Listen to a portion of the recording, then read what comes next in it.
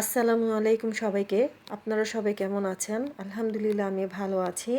আজকে আমি বেগুন পুড়ে কিভাবে ভর্তা করতে হয় তার রেসিপি আপনাদের সাথে শেয়ার করছি। আর আমার রেসিপিটি যদি আপনাদের এতটুকু ভালো লেগে থাকে তাহলে অবশ্যই আমার চ্যানেলটিকে সাবস্ক্রাইব করে আমার পাশে থাকবেন এবং লাইক, কমেন্ট, শেয়ার করে দিবেন। চলুন দেখতে থাকুন ভিডিওটি। এখানে আমি 4টি বেগুন নিয়েছি, বড় সাইজের। পরিষ্কার করে ধুয়ে একটু সরিষার তেল মাখিয়ে আমি চুলার মধ্যে এগুলোকে পুড়িয়ে নিয়েছি। এরপর আমি একটি কড়াইতে একটু সরিষার তেল দিয়ে দিয়েছি এবং কিছু শুকনো মরিচ ভেজে মুচমুচে করে নিয়েছিলাম। এখন আমি বেগুনের খোসাগুলো ছাড়িয়ে নিয়েছি, কোনো পানি দেয়া যাবে না।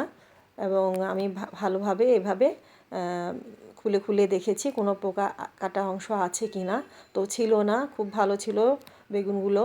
আর এখানে আমি একটি বাটিতে নিয়ে নিয়েছি সেই তেলে রাখা মরিচ আর শুকনো মরিচগুলো, আর স্বাদ মতো লবণ দিয়ে দিয়েছি এবং কাঁচামরিচ কুচি, পেঁয়াজ কুচি, ধনেপাতা কুচি দিয়েছি এবং সব উপকরণ আমি একসাথে এভাবে ভালোভাবে মাখিয়ে নিয়েছি। অনেকক্ষণ ধরে আমি মাখিয়ে নিয়েছি এগুলো। এরপর আমি এক পাশে সরিষার তেল দেখতে পাচ্ছেন, সরিষার তেল দিয়ে আমি আবার এই উপকরণগুলোকে মাখিয়ে নিয়েছি। এখন আমি এখানে যে বেগুনগুলো রেডি করে রেখেছিলাম তার উপর আমি ভালোভাবে সরিষার তেল দিয়ে দিয়েছি। আপনারা আপনাদের প্রয়োজন মতো দিয়ে দিবেন। এখন আমার সেই মাখানো পেঁয়াজগুলা একসাথে আমি এখানে দিয়ে দিয়েছি। এখন আমি সব উপকরণ বেগুনের সাথে আমি মাখিয়ে নিচ্ছি।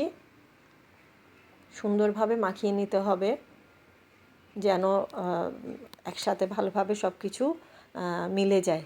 এখন এই শীতকালে, শীতের দিনে আপনারা এই বেগুন ভর্তা বাসায় করে খেতে পারবেন গরম ভাতের সাথে, খুব মজা লাগে। আপনারাও বাসায় ট্রাই করবেন। আল্লাহ হাফেজ, আসসালামু আলাইকুম।